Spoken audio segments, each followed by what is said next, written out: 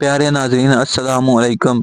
آج کی ویڈیو میں ہم ایک نہایت ایمان افروز واقعے کا بیان آپ کو بتائیں گے۔ جب مسلمانوں نے ثمامہ بن اسال جو کہ یمامہ کے سردار تھے کو قید کیا تو نبی کریم صلی اللہ علیہ وسلم نے حکم دیا کہ انہیں مسجد کے ستون سے باندھ دیا جائے۔ پھر نبی کریم صلی اللہ علیہ وسلم نے ان سے پوچھا، اے ثمامہ تمہارے پاس کیا ہے؟ ثمامہ نے جواب دیا، اگر آپ مجھے قتل کریں گے تو میرے قبیلے والے بھی بدلہ لیں گے، اگر مال چاہتے ہیں تو میرا مال لے لیں، اور اگر مجھ پر کرم کریں گے تو میں آپ کے اس احسان کا شکر گزار رہوں گا۔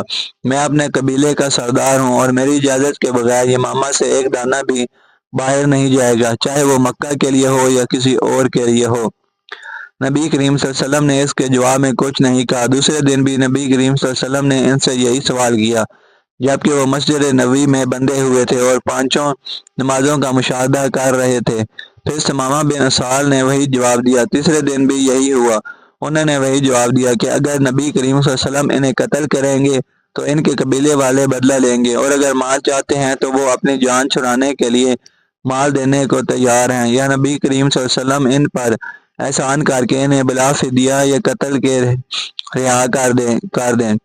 ثمامہ یہ نہیں جانتے تھے کہ نبی کریم صلی اللہ علیہ وسلم نے انہیں 3 دن تک مسجد میں رکھا تاکہ وہ اللہ عظیم کے لیے سجدہ اور ایک بے جان پتھر کے لیے سجدے کے فرق کو دیکھ سکیں اور خود اپنے لیے درست فیصلہ کر سکیں۔ پھر 3 دن کے بعد نبی کریم صلی اللہ علیہ وسلم نے صحابہ کرام رضی اللہ عنہ کو حکم دیا، ثمامہ کو چھوڑ دو تاکہ وہ اپنے قبیلے میں واپس جا سکے، نہ انہیں قتل کیا جائے گا اور نہ ہی کوئی فدیہ لیا جائے گا۔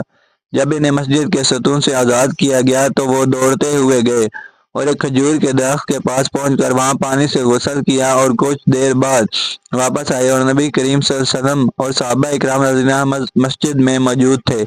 وہ اندر داخل ہوئے اور کلمہ شہادت پڑھتے ہوئے کہا، اے محمد صلی اللہ علیہ وسلم، اللہ کی قسم آپ کا چہرہ میرے نزدیک سب سے ناپسندیدہ تھا اور اب آپ کا چہرہ میرے نزدیک سب سے محبوب ہے۔ اے محمد صلی اللہ علیہ وسلم، آپ کا دین میرے نزدیک سب سے ناپسندیدہ تھا اور اب آپ کا دین میرے نزدیک سب سے محبوب ہے۔ اے محمد صلی اللہ علیہ وسلم، آپ کا شہر میرے نزدیک سب سے ناپسندیدہ تھا اور اب آپ کا شہر میرے نزدیک سب سے محبوب ہے۔ پھر ثمامہ مکہ واپس آ گئے اور قریش سے کہا، میں مسلمان ہو چکا ہوں اور اللہ کی قسم آج کے بعد یمامہ سے تمہارے پاس ایک دانہ بھی نہیں آئے گا۔ لیکن نبی کریم صلی اللہ علیہ وسلم نے انہیں منع کر دیا کہ وہ اہل مکہ کو غلہ سے محروم نہ کریں، حالانکہ انہوں نے آپ صلی اللہ علیہ وسلم اور صحابہ کرام کے ساتھ ظلم کیا تھا۔ قسم ہے کعبے کے رب کی، آپ صلی اللہ علیہ وسلم کافروں کے لیے بھی اسی طرح رحمت تھے جیسے مومنین کے لیے، کیونکہ آپ حقاً رحمت للعالمین صلی اللہ علیہ وسلم ہیں۔ صحیح بخاری کتاب المجازی۔ موت کی تلخی، یا اللہ موت کی تلخی، قبر کی سختی، حشر کی شرمندگی، جہنم کی گرمی سے ہماری حفاظت فرما۔